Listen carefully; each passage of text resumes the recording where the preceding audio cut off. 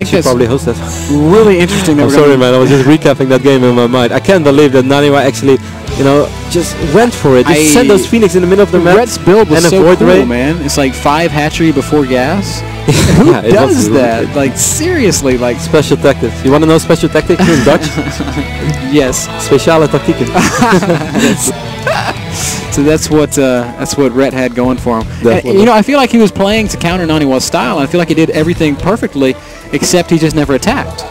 You've got to attack. I think something really important for Zerg players out there that are watching the stream to realize is when you get in a position like that, you have to start recycling units. Yep. If Protoss is at 120 supply to your 170 supply, and you can't kill him, so what? Just go kill something. If you spend 30 supply to kill 10, you're still... I don't remember what my example was, but you're still way ahead, right? No, it makes perfect sense. I 100% agree with you, because Red's army looked so scary, but he didn't do anything with it. Right. And then suddenly you see like these bunch of Blink Stalkers coming in with 8 sentries, with a lot of energy, and Immortal, 3-4 Colossi, and he still had somehow that Void Ray alive since minute like 3 in the game. 3 hit point Void Ray and the 5 or so Phoenixes. And also another really important point was Red didn't control those Corruptors there at the end. The no, but they came too late. They came too late. They were too late. They were absolutely too late. I think the game was probably over at that point anyway. But yeah, perhaps he could have done more with it, but I think that's really hard to say. I don't want to put Red on the spot for that. Like, oh yeah, you should have done this with your Clearly, that's the reason you lost the game. Yeah, Red. Come on, Red. God, you're such a noob. You're calling yourself Ghost Hero? Like, no. Such a cool series though. I really loved it. I mean, this is when it really matters. We have the European regionals. They're competing for those 2 spots, going to BlizzCon. 6. And then they give us a series like this. That's just so awesome. Yeah, so we need to get the go-ahead from the players. Production just gave us the thumbs up. Game number 3 on Shattered Temple. I hope this is as epic as the first 2. Oh man, even if it's only half as epic, I'm totally satisfied. Awesome series so far. 1% as epic, and it's still far more epic than any game I've ever played. I wouldn't go that far, man. My games are good. I don't know about yours, but... Oh, good man. Alright guys, so I guess we're going to have a small break once again, and we're going to jump straight into the map. Shattered Temple, 1-1, Naniwa against Red. I can't wait.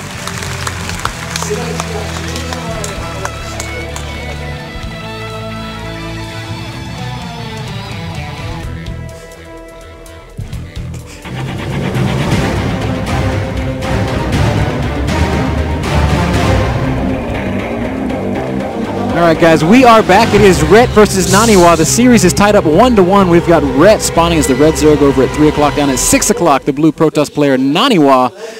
And man, Carmack just leaves us hanging. He just talks and talks and talks. Yeah, I looked really awkward again, but I don't care anymore, man. I'm seeing quality Starcraft, and I'm sitting first row, so I'm totally down for that. We see indeed Red spawning on the 3 o'clock, Nani at 6, which means close position. And even before the game, you guys can't read the pregame chat, but we can. And Nani said, this is the map which could potentially have close position. And then one of the admins said, yes. And Nani said, heh. Oh no, that's unfortunate. I hate it, man. Why would the... It's the letter map. You're right. And so it's unfortunate that we're going to see the series decided here, but maybe it'll happen in an epic way. I don't know. Naniwa going to scout Ret right away. And he's hiding that probe. No, he's going to back it out of there. One game of Red in Starcraft 2 that I won't forget, and I'm sure a lot of people don't forget. The first tournament that Red pretty much ever played under the team LiquidTech, and after he just pretty much announced, okay, I'm really going for Starcraft 2, was the first Home Story Cup, hosted by Dennis Teganen as well. A couple of players were at the event, a couple of players played online, and Red was actually there in the event in Krefeld. He played against Soccer, and he spawned cross position, exact same spawns. Red spawned over here, Soccer spawned over here. And it was, until the day of today, one of the most entertaining PvZs or ZVPs I've ever seen. I'm not going to say it was one of the best, because obviously both players certainly back then made a ton of errors, but it was an extremely entertaining game. And yeah, if that's something that we can see right now, I'm more than excited. Yeah, now we've established that that these close positions can favor Protoss a little bit, but I don't want it to feel like, oh my gosh, Zerg can't win here, because that's not the case. We saw Inertia win here earlier today against White Raw, and you know, there's these weird timings, like there's these one-base timings that are hard for Zerg to deal with, but then you get to layer tech, and there are these burrow timings that Zerg can do that's really hard for Protoss to deal with, especially because those distances are so short. So there is that timing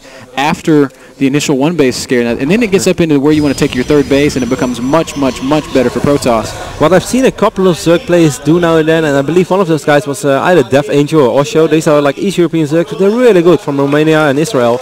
And I often see them, if they spawn these positions, they take out these destructible rocks relatively quick with a bunch of Zerglings, and then this is actually going to be the third base from the Zerg. Well, I think that's the best way for Zerg to play that. I think you've got to take a gold base to really make up for the lack of drones that you're going to have, because when you're in these close positions, an army moves from one place to another so quickly that you have got to make units, right? So you don't have as many drones, so you need that gold base to sort of make up for that. So that's a possibility. Now, there's also other really cool builds that we saw that were more popular back in early parts of retail when Steps of War was around, like these cool 1 and 2 base Hydra pushes with spine crawlers and creep. That's another option that's very, very viable in close spawns like that. True, but I don't really feel it necessarily fits suits to Ret. Like, no, I don't really have a Ret feeling with it. I would agree with you 100%. Those are the kinds of builds that really have to be practiced, and I promise you, Ret does not say, I'm going to practice my 2 base Hydralisk all in with spine crawlers and creeps. That's like the last thing in the world that Ret would say. So, anyway, I'm really eager. What is Naniwa going to do here? What is the best way to play this out? I'm not sure. It could just be a more defensive tool into 3-gate, expand, and then a Robo with Colossi push. That would make sense. That's, I think, what we're going to see. 3-gate, into expand, into Robo, fast Colossi. And, I mean, it's so hard for a Zerg to take out Colossi in these positions. I mean, if Naniwa stays close to the edges, he always has force field. How can Red possibly kill these Colossi without a big amount of Corruptors? And how are you going to get a big amount of Corruptors if you're just on 2 base all the time and you're even forced to make roaches? So yeah, you're absolutely right. I think something like that, but I can be completely wrong. I mean, Naniwa keeps surprising me, of course. Representing Team Dignitas as well. I want to give them a little bit of credit because they deserve it as well. Seems like a really solid team. Been supporting Naniwa very, very well throughout the years, and of course, Red representing Team Liquid. Dignitas has a couple awesome players. A Select is on Dignitas. Show is Bling awesome. as well from the UK. Very good and up and coming Protoss. And they have, I believe, they have Mertz as well. The Swedish Terran. Red is getting a very, very, very fast layer. And he's got a spine crawler going up. Perhaps roach speed. I don't know. Maybe a burrow timing. If you can hit a burrow timing before an observer's out, that could do something. That makes perfect sense. What I do love from Naniwa as well is that he's like switching up and always adjusting in game. We saw Naniwa taking that really fast expand on Metalopolis. 1 gate fast expand. Alright, it's cross map. Red is gonna macro. I know that. And right now, even though he could think Red is still gonna macro because it's Red, I love how he's just playing it a lot safer. And he knows that if he would play too risky and Red would go for a roach sling all in, it's just impossible to hold. He's gonna lose his nexus. And I just love how Naniwa adjusts in game straight away according to positions, etc. Red's not really mining any gas. He's got this fast layer. Not any gas coming. Is Naniwa pushing? Nani actually, do you think he might cancel it, or just this is like sort of perhaps Sasa style a little bit? Ooh, little Zergling run by. I think he might. So he's going to need to warp in the Zealot, and he does right in time. So those Lings are going to start poking away at that Zealot.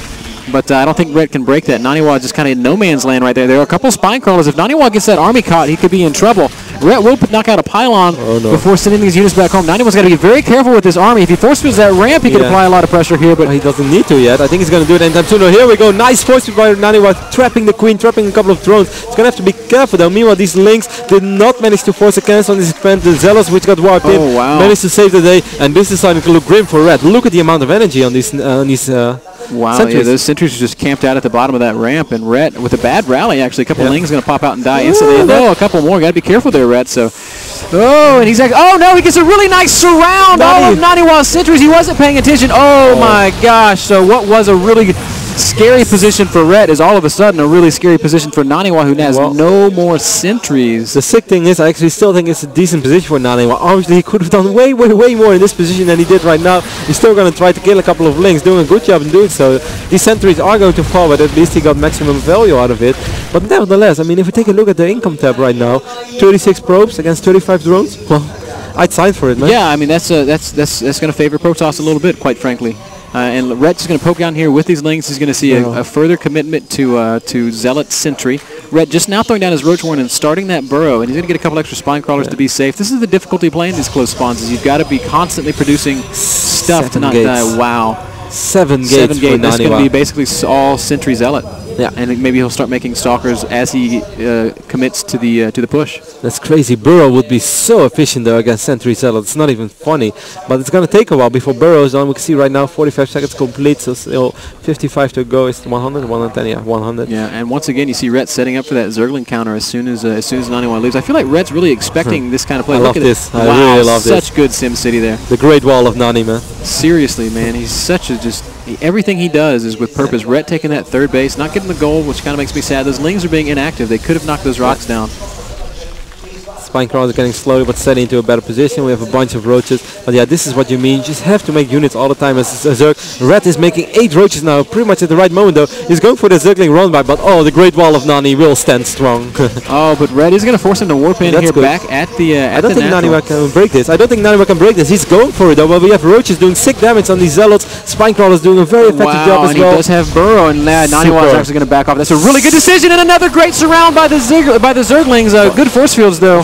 Both are playing so exceptionally well once again. Of course, Naniwa made a big blunder, losing all of those sentries early on. But other than that, so far it's been so good what both players do. It's just good move, followed, good move by both players over and over again. Excellent play. But really. Now Ret can really commit to this attack. He's got the burrow, and Naniwa's got no detection, no forge, no cannons, and I don't care how much force field that Naniwa has, because Ret can just burrow right under it. So Ret is going to be rallying units down here, and as soon as those force fields expire, he's going to pop up and re-engage.